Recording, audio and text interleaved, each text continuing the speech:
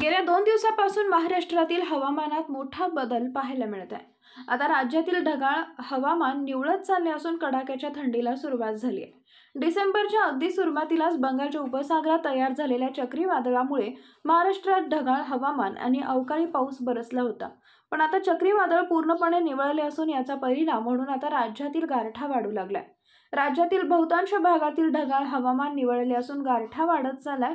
विदर्भ, मराठवाडा आणि मध्य महाराष्ट्रातील काही भागांमध्ये किमान तापमान 15 अंशाच्या खाली आलंय. अशातच आता भारतीय हवामान खात्याने महाराष्ट्रात पुन्हा एकदा अवकाळी पाऊस बरसणार असा अंदाज व्यक्त केलाय. हवामान खात्याने दिलेल्या माहितीनुसार राज्यातील दक्षिण भागात अवकाळी पाऊस पडण्याची शक्यता आहे. IMDने दिलेल्या बहुमूल्य माहितीनुसार अरबी समुद्रातील चक्राकार वाऱ्यांची स्थिती पूर्णपणे निवळून गेली आहे. पण आता नैऋत्य बंगालच्या उपसागरात विषुववृत्ताजवळ चक्राकार वाऱ्याची स्थिती तयार झाली आहे.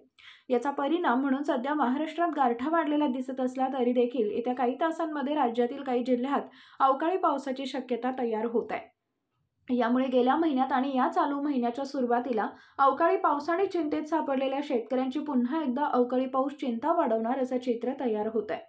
भारतीय हवामान खात्याने महाराष्ट्रातील 5 जिल्ह्यांमध्ये अवकाळी पावसाचा अंदाज दिलाय.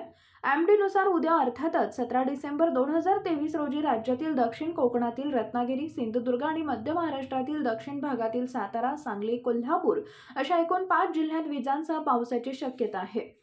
यामुळे संबंधित जिल्ह्यातील शेतकऱ्यांना आणि सर्वसामान्यांना काळजी घेण्याचं आवाहन करण्यात आलं आहे.